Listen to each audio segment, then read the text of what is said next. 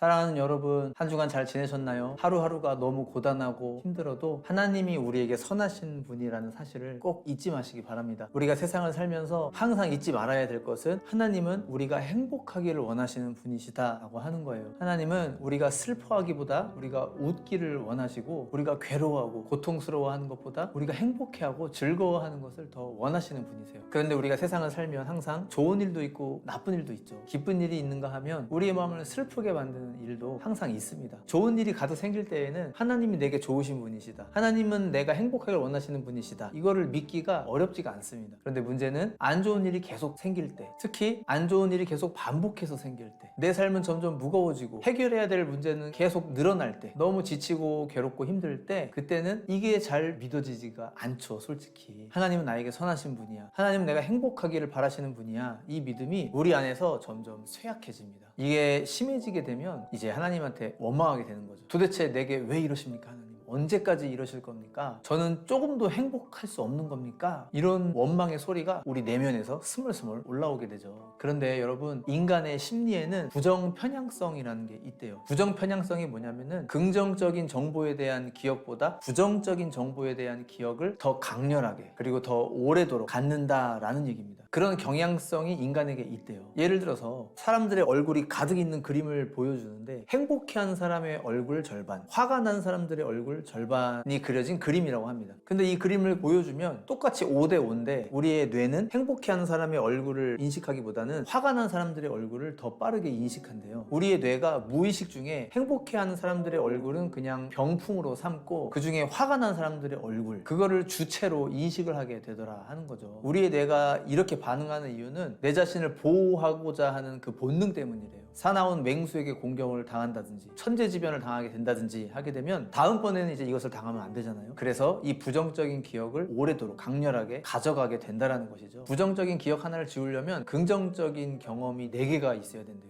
그러니까 긍정적인 경험보다 부정적인 경험에 대한 그 기억을 4배나 더 강렬하게 우리가 가져간다라는 거죠. 만약 수치로 환산할 수 있다면 우리가 가진 행복의 요소가 2고 불행의 요소가 1이라면 실제로 우리가 체감하는 것은 행복의 요소는 2, 불행의 요소는 4가 된다는 것이죠. 우리가 이거를 좀 감안해서 생각해보면 어떨까요? 우리의 심리가 이렇게 생겼다라는 것을. 자동차 운전할 때 비가 오는 날에는 운전하는 게 좀 달라지지 않나요? 비가 오는 날에는 속력을 많이 내지 않습니다. 천천히 가죠. 그리고 급브레이크도 밟지 않아요. 차가 미끄러질 수 있기 때문에 그런 거죠. 그리고 또 특히 비 오는 날에는 교통체증도 더 심합니다. 그래서 비가 오면 평소보다 좀 더 서둘러서 일찍 출발하기도 하죠. 비가 올 경우에 운전을 어떻게 해야 되는가를 우리가 감안하고 하는 행동인 것이죠. 우리의 내면도 이렇게 생각해보면 어떨까요? 우리가 갑자기 힘든 일을 당하고 어려운 일을 당하고 정말 불행한 일을 당하게 됐을 때, 이것은 우리 마음에 비가 내리는 것과 똑같은 거예요. 내 마음에 비가 내리면 우린 그때 그것을 감안해서 생각해야 되겠죠. 분명히 나는 평소보다 더 기운이 빠질 거야. 분명히 나는 평소보다 내가 더 불행하다고 느낄 거야. 이런 인식을 스스로 해보는 겁니다. 몇 주 전에 나누었던 말씀, 시편 말씀, 내 영혼아 네가 어찌하여 내 속에서 낙심하고 있는가, 너는 하나님께 소망을 두라. 이 말씀도 시편 기자가 자기 스스로의 그 잘못된 인식을 바꾸려고 선포하는 거 아니겠어요? 물이 흐르면 흐를수록 자국이 생기죠. 그 자국이 개울이 되고 또 물이 더 흘러가면 깊게 패여서 강물이 되는 거죠. 우리의 뇌도 마찬가지라고 생각합니다. 생각의 흐름이 계속 반복되다 보면 그게 자국이 되고 개울이 되고 강이 돼요. 그럼 그쪽으로 우리의 생각이 더 기울어지게 되는 것이죠.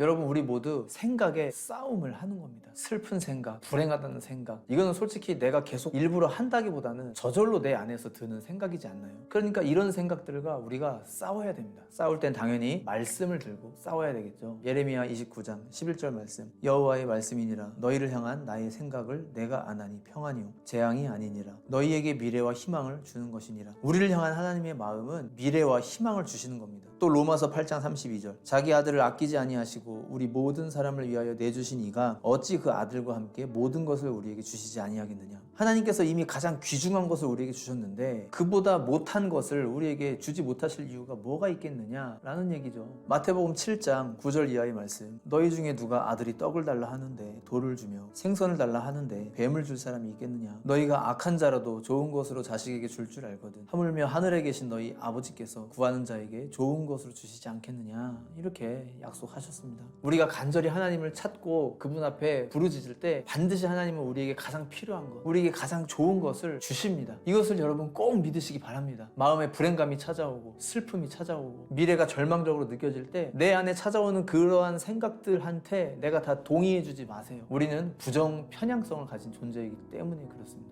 그 힘듦에 지쳐서 때로는 눈물 흘릴 수도 있지만 또 때로는 말씀을 들고 적극적으로 싸워야 됩니다. 여러분 조금만 더 참고 조금만 더 힘내세요. 반드시 좋은 날이 옵니다. 하나님은 저와 이 영상을 보시는 여러분들이 참된 행복을 누리게 되기를 간절히 바라고 계십니다. 그 하나님을 끝까지 신뢰하셔서 아름다운 열매, 내 입가에서 절로 웃음이 나오는 열매 다 맺으실 수 있게 되기를 간절히 소망합니다.